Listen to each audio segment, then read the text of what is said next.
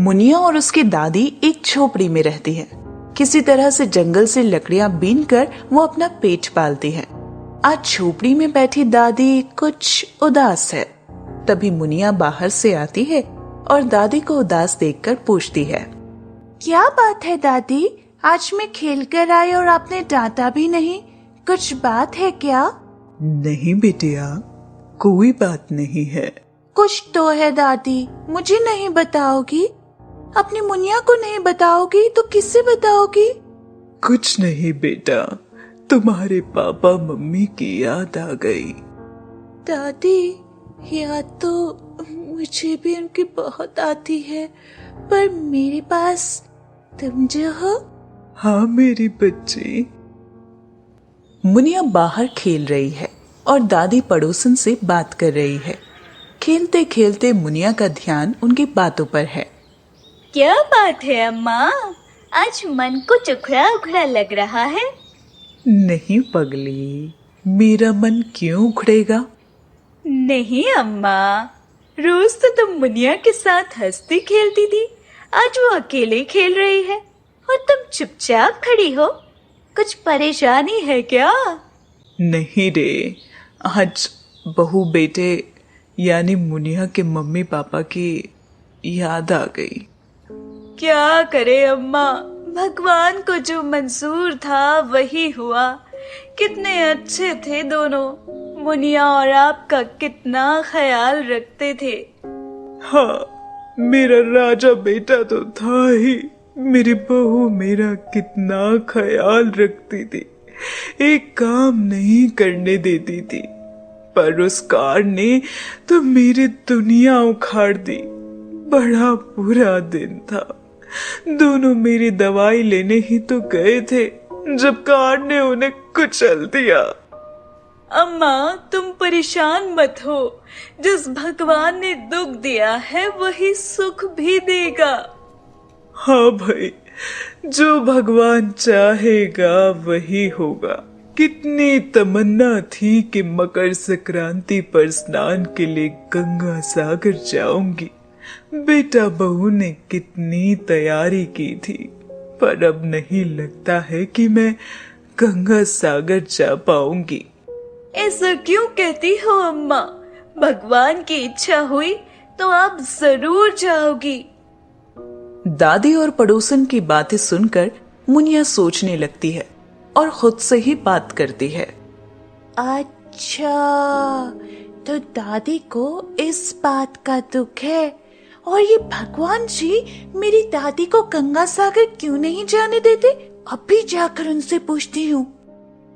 मुनिया मंदिर में भगवान जी की मूर्ति के सामने हाथ जोड़कर खड़ी है और उनसे बात कर रही है। मंदिर के पुजारी जी उसकी बात सुन रहे हैं। भगवान जी, आपने मेरे मम्मी पापा को अपने पास क्यों बुला लिया? मेरी दादी कितना रोती है। आपको पता है, दादी मकर संक्रांति पर गंगा सागर जाना चाहती है, पर अब उन्हें ले जाने वाला भी कोई नहीं है। मैं भी तो छोटी हूँ ना अभी, या तो जल्दी से मुझे बड़ा कर दो या फिर मम्मी पापा को वापस भेज दो। मुनिया की ये बातें सुनकर पुजारी जी उसके पास आकर कहते हैं, क्या बात है मुनिया, आज भगवान जी से इतनी शिकायतें कर रही हो? पहले तो रोज खाली पूजा करके चली जाती थी। पुजारी काका, दादी आज बहुत परेशान है। मम्मी पापा ने उनको गंगा सागर ले जाने को कहा था, अब कौन ले जाएगा उन्हें? इसलिए भगवान जी से मम्मी पापा को वापस भेजने के लिए कह रही थी। बेटा, एक बार जो चला गया वो वापस नहीं आता है। तो फिर दादी गंगा सागर कैसे जाएंगी? भगवान की इच्छा होगी तो जरूर जाएंगी। तुम परेशान मत हो, जाओ जाकर खेलो और भगवान जी से प्रार्थना करते रहो। आप सच कह रहे हैं पुजारी काका? हाँ बिटिया, भगवान जी सब कर सकते हैं। फिर दादी तो उन्हीं की पूजा के लिए गंगा सागर जाना चाहती हैं, वो एक दिन जरूर जाएंगी। ठीक है काका, अभी मैं जा रही हूँ, फिर आऊंगी, फिर भगवान जी की रोज पूजा करूंगी। पुजारी जी से बात करने के बाद मुनिया मंदिर से निकलकर बगीचे की ओर चली जाती है। वहाँ वो फूल तोड़कर इकट्ठा कर रही है जिससे दादी पूजा कर सके।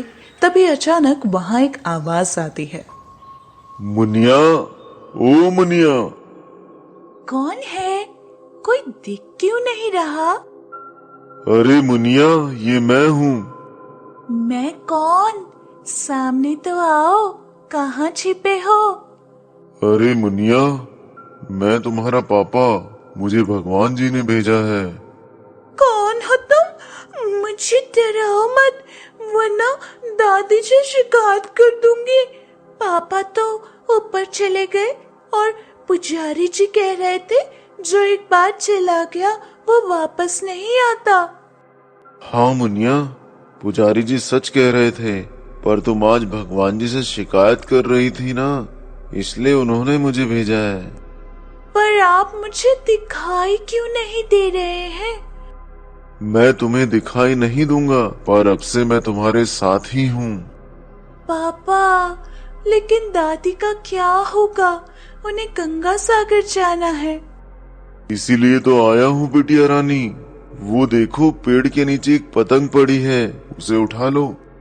मुनिया दौड़कर पेड़ के नीचे जाती है जहाँ सच में एक पतंग पड़ी है।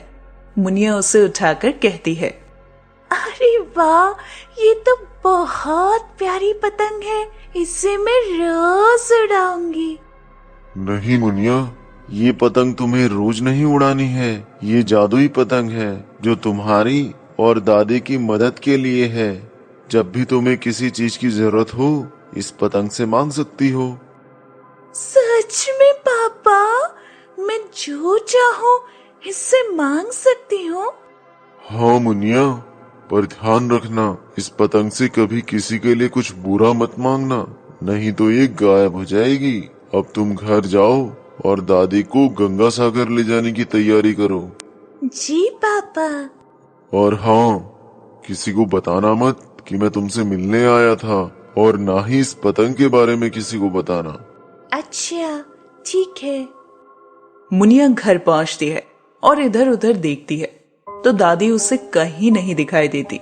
इस पर वो पतंग को छिपा देती है और फिर दादी को आवाज लगाती है, दादी, ओ दादी, कहाँ चली गई? आ गई तू? कहाँ चली गई थी? पहले ये बताओ, आप कहाँ गई थी? मैं बाहर तुझे ढूंढ रही थी। कहाँ रह गई थी? बड़ी देर तक खेलती रही आज। अरे वो मैं बगीचे से आपके लिए फूल लेने गई थी। अच्छा, चल अब खाना खा ले। वो तो खा लेंगे, पर पहले बताओ, गंगा सागर चलना है? हमें कौन ले चलेगा बेटा? मैं ले चलूंगी, आप तैयारी कर लो। अरे मुनिया, अभी तुम बहुत छोटी हो, थोड़ी और बड़ी हो जाओ तब चलेंगे। मैं कुछ नहीं सुनूंगी, आप तैयारी कर लो। मुनिया काफी जिद करके दादी को आखिरकार तैयार कर लेती है। इसके बाद लो, सारी तैयारी तो मैंने कर ली, पर अब हम चलेंगे कैसे? चलेंगे दादी, जरूर चलेंगे। एक मिनट रुको।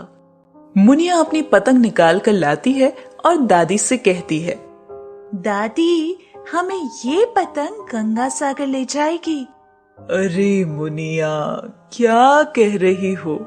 ये पतंग हमें कैसे ले जा सकती है?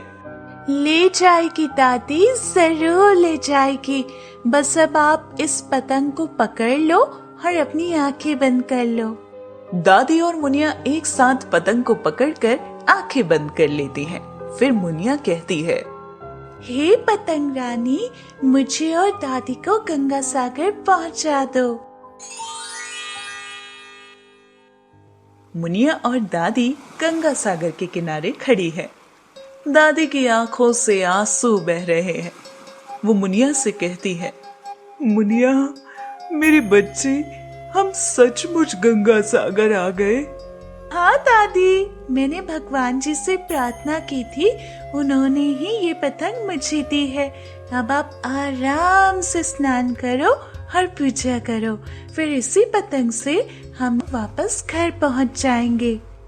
मुनिया की बातें सुनकर दादी उसे गले लगा लेती है और फिर स्नान करने के लिए गंगा सागर की ओर बढ़ जाती है। फ्रेंड्स, उम्मीद है आपको ये स्टोरी पसंद आई होगी। आप ऐसे ही और किस टॉपिक पर स्टोरी देखना चाहते हैं कमेंट करके हमें जरूर बताएं। ऐसी नई नई स्टोरीज के लिए हमारे चैनल टूनलॉजी को सब्सक्राइब करना ना भूलें। बेल आइकन जरूर पुश कर दें, जिससे नई स्टोरी आते ही आपको नोटिफिकेशन मिल जाए।